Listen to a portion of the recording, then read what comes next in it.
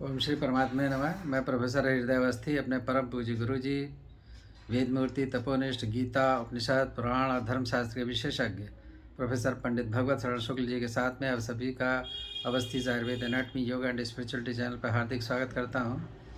हम लोग गीता के 18वें अध्याय में हैं और 33, 34 और 35वां श्लोक है, जिसमें धरती के तीनों प्रकार सात्विक राजस और तामस का विवरण है। उसको सरल भाषा में गुरु जी हम लोग को समझाएंगे, जिससे हम लोग सही अर्थ समझ सकें जैसा भगवान कृष्ण ने बताया है। तो हम लोग चलते हैं गुरु जी की ओर। नमोस्तुअनंताय सहस्रमूर्तये सहस्रपादाक्ष शिरोरुबाहवे सहस्रनाम्ने पुरुषाय शाश्वते सहस्रकोटि युगधारणे नमः।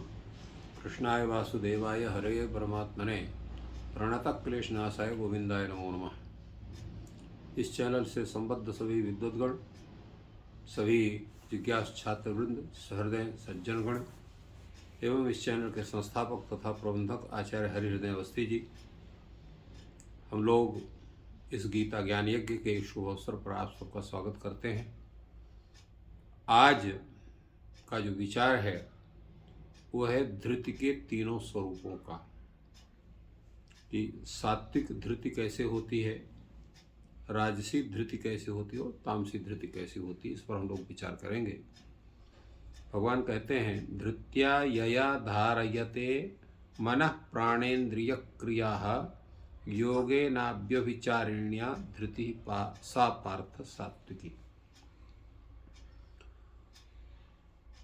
तो यहाँ पर पार्थ शब्द से अर्जुन का संबोधन हुआ है, क्योंकि अर्जुन की माँ कुंती का एक दूसरा नाम पृथा भी है। तो पृथा का पुत्र पार्थ। वस्तुतः इस संबोधन से अर्जुन के सात्विक भाव को यहाँ पर जागृत किया गया है कि वो जो ये बात कही जा रही है वो पूर्ण सात्विकता के साथ उसको श्रवण करके और उस बात को समझे। इसलिए पार्थीय संबोधन यहाँ हुआ है। और भगवान कहते हैं कि धृति शब्द का अर्थ है यहाँ पर धारणा शक्ति। तो धृत्या यया धारयते, जो अव्यभिचारिणी धारणा शक्ति। अव्यभिचारिणी का तात्पर्य किसी अन्य विषय को जो धारण नहीं करती है, मुख्य विषय का ही धारण करती है। तो यया धृत्या धारयते, क्या धारण किया जाता है? मनः प्राण इंद्रिय क्रिया। मन को धारण करना, प्राण को धारण करना, इंद्रियों के क्रियाओं को धारण करना। तो जब हम इनको धारण करते हैं, तो इनको धारण करने के पश्चात हमारा मन भी सात्विक बनता है, प्राण भी असात्विक बनता है, इंद्रियां और इंद्रियों की क्रियाएं ये भी सब सात्विक बनते हैं। और वो धृति कैसी है? अव्यभिचारिणी, जैसे बतला गया, अव्यभिचारिणी धृति है, जिससे मन प्राण इंद्रिय क्रिया को हम धारण करते हैं। तो कैसे धारण करते हैं? योग के द्वारा धारण करते हैं। योग का तात्पर्य ही होता है योगश्चित्त वृत्ति निरोधा। तो उस अव्यभिचारिणी धारणा शक्ति का जो विचार है, तो इसलिए कहा गया है कि उसी शक्ति से हम अपने संपूर्ण चित्तेंद्रिय इत्यादि को हम उनको अपने वश में करके और फिर हम अपने सभी कार्यों का संपादन करते हैं।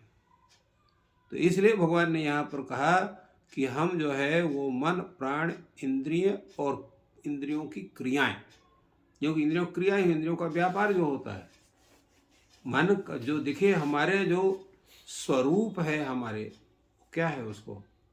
प्राण आत्म तत्व हो गया, मन हो गया, इंद्रियां हो गई।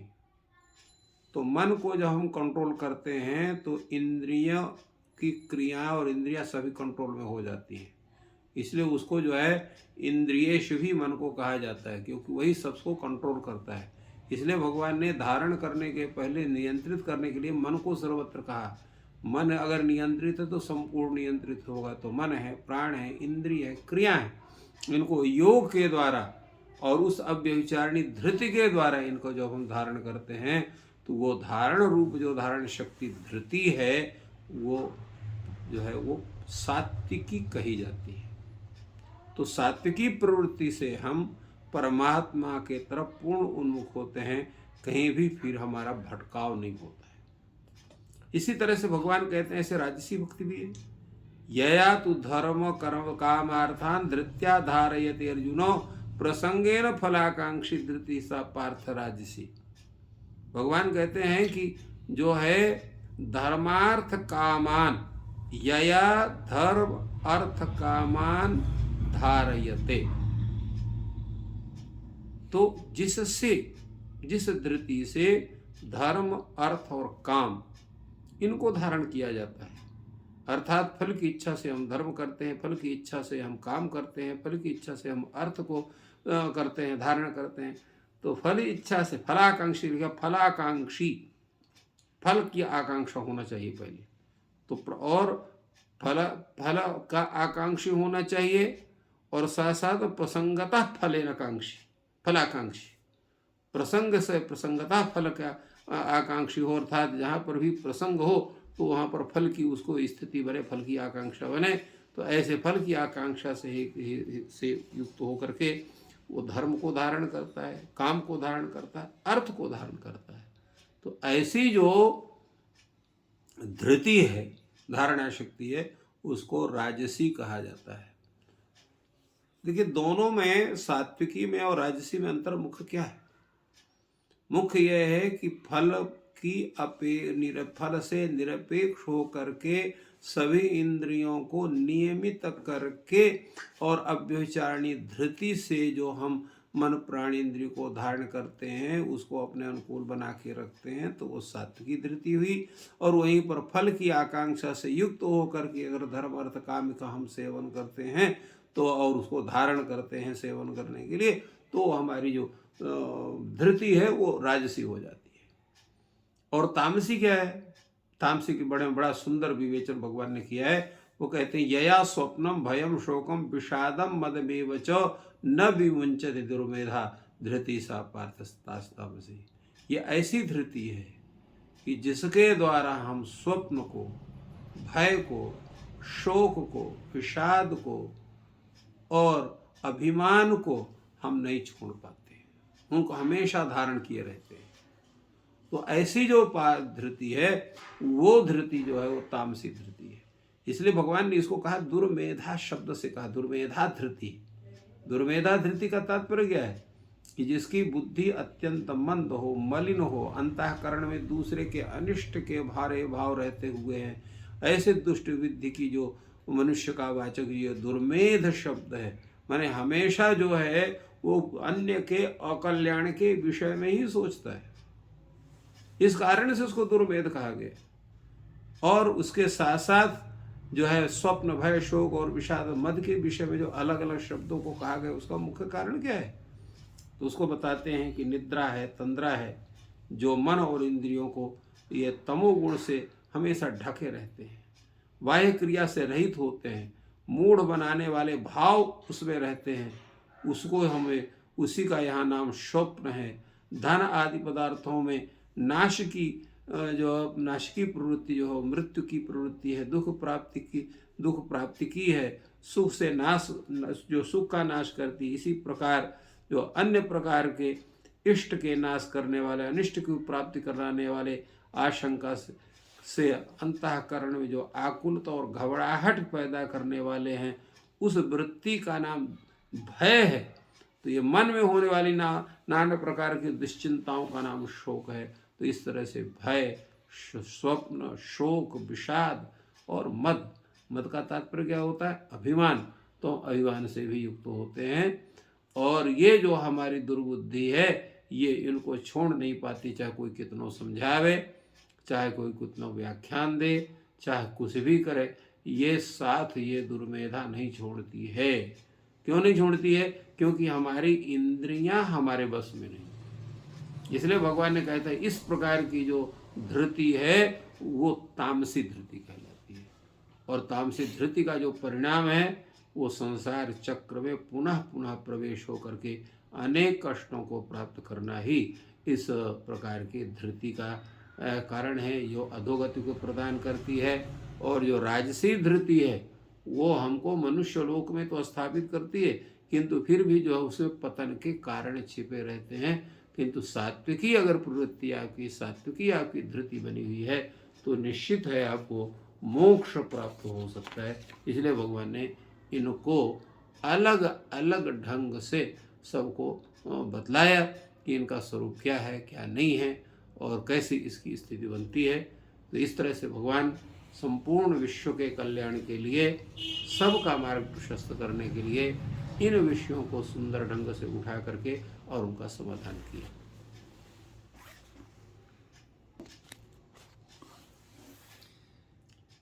इस प्रकार गुरुजी ने बहुत ही सुंदर विवेचन धृति का किया। एक सामान्य प्रश्न है गुरुजी, जी जो छात्रों का अधिकतर रहता है, तो वो ये है कि बुद्धि, धी और धृति, इन शब्दों से हमें क्या लेना चाहिए, इनमें क्या विभेद है और क्या समानताएं हैं? जी जी, बुद्धि दोनों पर्याय हैं, इनमें कोई अंतर नहीं है। धी भी वही है और बुद्धि भी वही है, इसलिए धीमान बुद्धिमान यह शब्द का प्रयोग होता है। और धृति को कहते हैं धारणा शक्ति को। धारणा शक्ति का मतलब है जिसको हम धारण करते हैं, अर्थात जिसके अनुसार अपने स्वरूप का संचालन करते हैं, वो धृति प्रदान। धार्यते इति धृति। इसलिए यहाँ पर जैसे पहले श्लोक में कहा गया सात्विकी धृति बतलाने में, यया धृत्या धारयते, जिस धृति के द्वारा हम धारण करते हैं। क्या धारण करते हैं? मन प्राणेन्द्रिय क्रिया, मन प्राण इंद्रियों की क्रियाओं को धारण करते हैं। धारण करने का तात्पर्य है कि उनको सात्विक स्वरूप में, व्यवस्थित स्वरूप में उनको रखे, उनका सदुपयोग उनके माध्यम से हम करते हैं, अपने जीवन को हम समुचित बनाते हैं। तो वो धृति का स्वरूप होता है।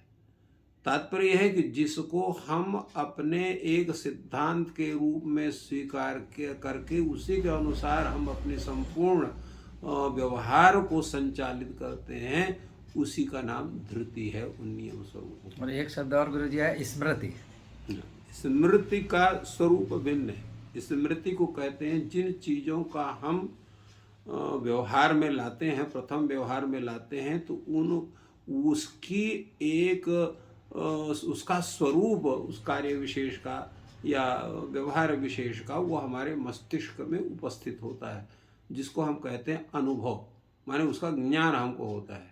फिर इसके बाद वो अनुभव जो है आपका, वो अनुभव से संस्कार उत्पन्न होता है आपके अंदर। संस्कार का मतलब यह है कि फिर आपको वो स्मृति पथ में वो रहता है, और फिर जब उससे संबंधित किसी एक वस्तु को देखते हैं तो उसका स्मरण हो जाता है। तो स्मरण का मतलब होता है पूर्व ज्ञात या अनुभूत विषय का पुनः मस्तिष्क में उपस्थित होना। पूर्व अनुभूत विषय का मस्तिष्क में पुनः उपस्थित होना ही स्मृति स्वरूप है। इसलिए हमारे यहाँ कहा जाता अनुभवजन्य ज्ञान स्मृति, अनुभवजन्यम ज्ञानम स्मृति कहता है उसको, जो है संस्कारजन्यम ज्ञान स्मृति। संस्कारजन्य जो ज्ञान है उसको स्मृति कहते हैं। अनुभवजन्य संस्कार होता है, तो अनुभव से संस्कार होता है और संस्कार से स्मृति होती है। संस्कार का तात्पर्य हुआ है उस वस्तु या व्यवहार या वो विषय या वो शब्द जिनको हमने पूर्व में ज्ञात किया, अनुभव किया है, उनका एक स्वरूप मस्तिष्क में उपस्थित हो जाना ही उसका संस्कार विशेष है। जी, तो इस प्रकार हमने सामान्य शब्दों का अर्थ जाना कि संस्कृत की दृष्टि में और धर्म, तो हम लोग को सात्विक धृति उत्पन्न हो। ईश्वर इसमें हम लोग की सहायता करें। आज का दिन आपको शुभ हो। धन्यवाद।